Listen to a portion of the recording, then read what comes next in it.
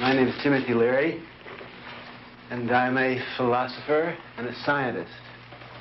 But I should abbreviate or punctuate that by saying I'm a humanist, philosopher, scientist.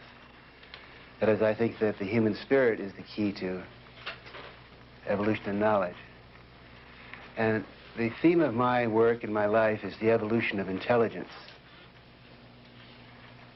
Now that distinguishes me from those philosophers and scientists who believe, for example, that, humanity can't evolve very quickly. It takes millions of years to change.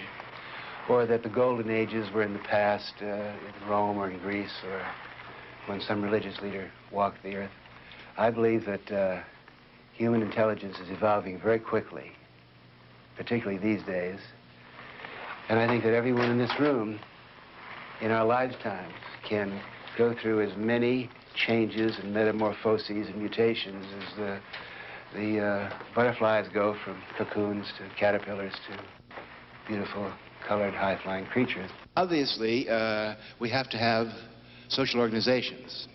I believe in bridge clubs, I believe in families, I believe in friends, I believe in stock groups, I believe in collectives, I believe in corporations, I believe in corporations. Sure, I endorse all that. I think these groups have to make laws which govern traffic lights and every other aspect of our life. But there's one form, see, you can drop out of all those. You can move from any of these organizations, even family you can. But there's one form of organization which is involuntary, and that's the modern state. Now, every state in the world, America included, is a mafia. Because once you get in it, they won't let you out. Now, I love America. America's the greatest mafia of them all. But still, they say, we own this turf, and, you know, you have to pay extortion fees called taxes. But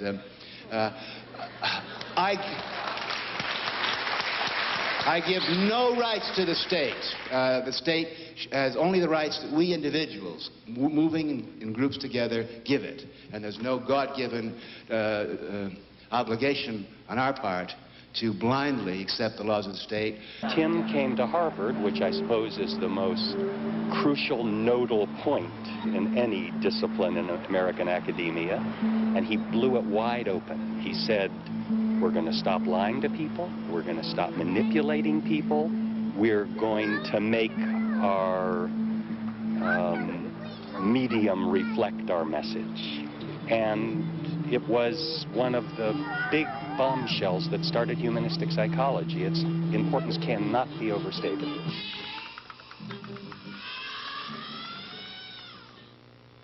Today, the most important tool for self-growth and independence of thought is the personal computer.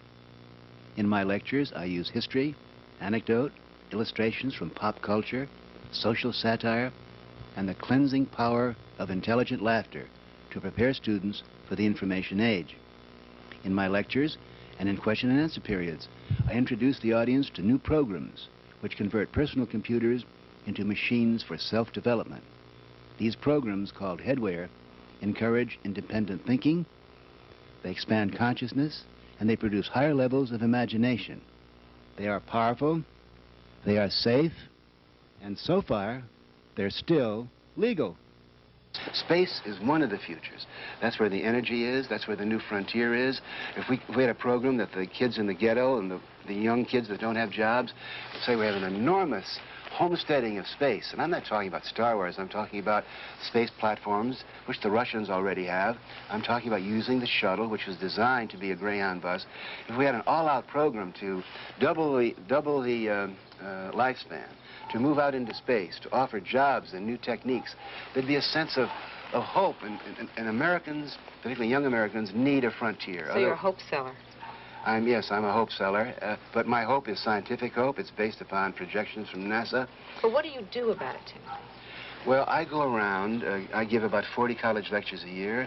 I'm on radio talk shows. I write, I've got 2 books coming out this year, and all my books are based upon scientific facts which give hope to individuals to stand up and control their destinies.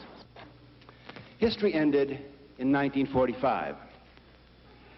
In 1945, of course, that was the time of Hiroshima and Nagasaki, and nothing has been since the same, and politics really has to be shuffled and dead all over again. Most of those men that did combat saw it as a test of manhood, as a rite of passage. They saw it, unfortunately, they got addicted to it. I call this the Legionnaire's disease. The men who went to World War II and came back thinking that the goal of America was to conquer the world and to continually be at war with some enemy. Let's look, for example, at what the World War II generation has done since 1945. They have totally bleeped up. Take, for example, national security.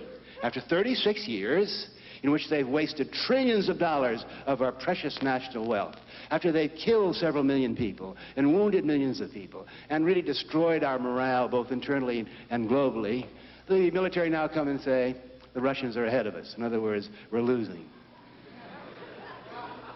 How about that? In 1946, the most amazing event in our history, perhaps in human history, happened. Totally unpredictably, the birth rate doubled. That means that people born between the years 1946 and 1964, there are 76 million of you. We expected about 36 million. We knew that right after World War II there'd be a little bulge and then it would go down again, but there are 40 million more of you than we expected. We had to double the diaper factories. We had to double the primary schools. We had to double the colleges. Now we're having to double the jails for you. There's not more crime per capita now. It's simply that there are twice as many of you as we expected. My appeal to you, my logical invitation to you is going to be as follows. Turn on, tune in, and take over. There are more, that was significant to me than I have in the last 3 weeks of summer school. I mean, the hours I spent in this classroom listening to these two guys, it's probably been like a very learning experience for me, and I've like something that's added to my knowledge a lot. It's very important to our lifetime. I mean, these people have affected our past. I mean, the first 17 years of our lives was controlled in part by these people. And so we have to go from here. And anything they can tell us about what just happened or any suggestions they can give us so we can listen to them and weigh them at least is needed. The thing that feels good about Leary is that he kind of gives us a lot of credit, It really felt nice that he was saying, go take over, or whatever. Nice. I like it. I want to take over. Yeah, have so much confidence in us and are so supportive of us. That's really nice.